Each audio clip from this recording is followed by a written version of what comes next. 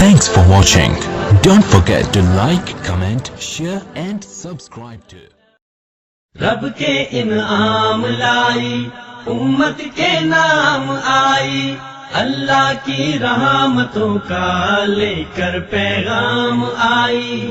عید الاضحیٰ مبارک، عید الاضحیٰ مبارک، عید الاضحیٰ مبارک، عید الاضحیٰ مبارک۔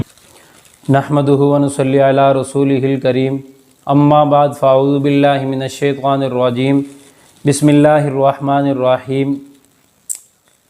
ناظرین، قربانی کے حوالے سے چند مسائل ہیں کہ جو شخص قربانی کر رہا ہے وہ چاند نظر آنے سے پہلے اپنے جسم کے غیر ضروری بال کاٹ لے اور ناخن بھی کاٹ لے، اور چاند نظر آنے کے بعد نہ غیر ضروری بال کاٹے، نہ سر کے کاٹے، نہ ناخن کاٹ سکتا ہے جو شخص قربانی کر رہا ہے۔ جانور کو تول کر خریدنا بھی جائز ہے اور اسے فروخت کرنا بھی جائز ہے۔ مثلا منڈی میں جانے کے بعد اندازہ لگا رہے ہیں کہ اس کا گوشت اتنا ہوگا اور بازار میں گوشت 400 روپے کلو ہے، اس حساب سے یہ جانور ہمیں مہنگا پڑ رہا ہے۔ یا اگر وہ حساب لگاتے ہیں کہ قربانی کا جانور اتنا اس کا وزن ہے اور مارکیٹ میں گوشت اتنے روپے کلو ہے، اس حساب سے صحیح ہے تو ناپ تول کر بھی جانور کو خریدا جا سکتا ہے۔ بس اوقات ایسا ہوتا ہے کہ جانور دیکھنے میں تو خوبصورت نہیں ہوتا لیکن گوشت اس کا اچھا ہوتا ہے، خوبصورتی نہ ہونے کی وجہ سے اس کے پیسے کم لگتے ہیں، تو اس وجہ سے بعض لوگ وہ لے لیتے ہیں، تو لینا بھی جائز ہے، اس کی قربانی ہو جائے گی۔ لیکن بہتر اور افضل طریقہ یہ ہے کہ خوبصورت جانور لیا جائے۔ آپ علیہ الصلوۃ والسلام نے ایک جانور لیا، اس کے خوبصورت سینگ تھے اور کالے رنگ کے سینگ تھے، اس کی قربانی کی۔ تو جتنا ہو سکے انسان اچھے جانور کی قربانی کرے۔ جانور خریدنے کے بعد عیب دار ہو گیا، اب کیا کیا جائے گا؟ تو اس کا جواب یہ ہے کہ اگر کوئی شخص مالدار اور امیر ہے، صاحب حیثیت ہے، تو وہ شخص نیا جانور لے کر اس کی قربانی کرے گا اور اس جانور کو بیچ دے گا۔ اگر غریب ہے تو اسی جانور کی، عیب دار جانور کی قربانی کرے گا۔ اور ایک بات یاد رکھیں، قربانی کے جانور میں صحیح عقیدے والے انسان کو شامل کیا جائے۔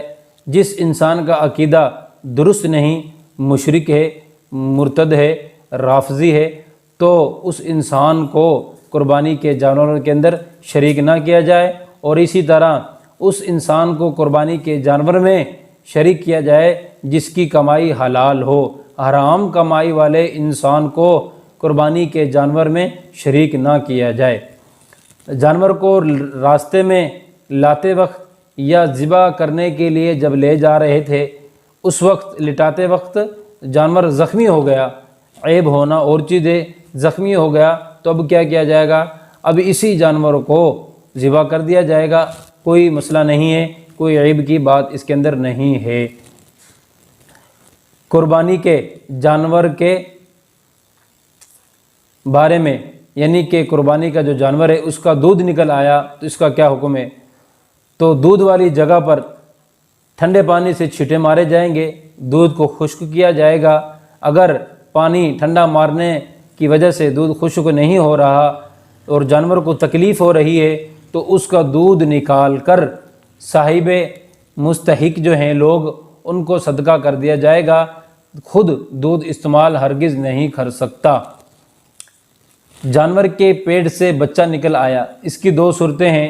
اگر بچہ زندہ نکل آیا، یعنی کہ ذبح کیا جا رہا تھا اس وقت نکل آیا، یا ذبح کرنے سے پہلے ہی جانور نے بچہ پیدا کر دیا، دونوں صورتوں میں جانور کے بچے کو ذبح کیا جائے گا، یعنی اس کی بھی قربانی کی جائے گی اگرچہ وہ بچہ ہے۔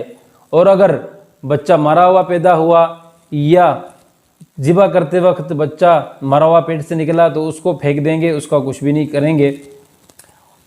شہر میں کسی بھی جگہ قربانی کی عید الاضحیٰ کی نماز ہو جانے کے بعد انسان قربانی کر سکتا ہے، چاہے اس نے خود نے عید کی نماز نہ پڑھی ہو، لیکن شرط ہے شہر میں کسی ایک جگہ پر بھی عید کی نماز ہو گئی ہو تو پھر وہ اپنی جو قربانی ہے وہ کر سکتا ہے۔ مرحومین کی طرف سے ایک سے زائد افراد بھی ایک حصے میں شمار کر سکتے ہیں۔ مثلا ایک شخص قربانی کرتا ہے ایک اپنی طرف سے اور ایک حصہ اپنے ماں باپ کی طرف سے، تو جو حصہ اپنے ماں باپ کی طرف سے کر رہا ہے اس کے اندر اپنے والد محترم اور والدہ دادا دادی کو بھی شامل کر سکتا ہے، یعنی ایک سے زائد افراد کو شامل کر سکتا ہے۔ لیکن اگر زندہ ہے تو ایک حصے میں ایک ہی شخص حصہ دار ہوگا، اور اگر مرحومین میں سے کسی نے وصیت کی کہ میری طرف سے قربانی ادا کرنا، اور اس قربانی ادا کرنے کے بعد جائز نہیں ہوگا کہ اس گوشت کو خود کھائے انسان، بلکہ مستحقین زکوٰۃ کو وہ گوشت تقسیم کیا جائے گا، یعنی جو حضرات زکوٰۃ لیتے ہیں ان کو یہ گوشت دیا جائے گا۔ وصیت کرنے والی قربانی کے اندر سے گوشت خود نہیں کھا سکتا۔ اللہ تعالیٰ سے دعا ہے تمام مسائل پر عمل کرنے کی توفیق عطا فرمائے۔ وآخر دعوانا ان الحمدللہ رب العالمین۔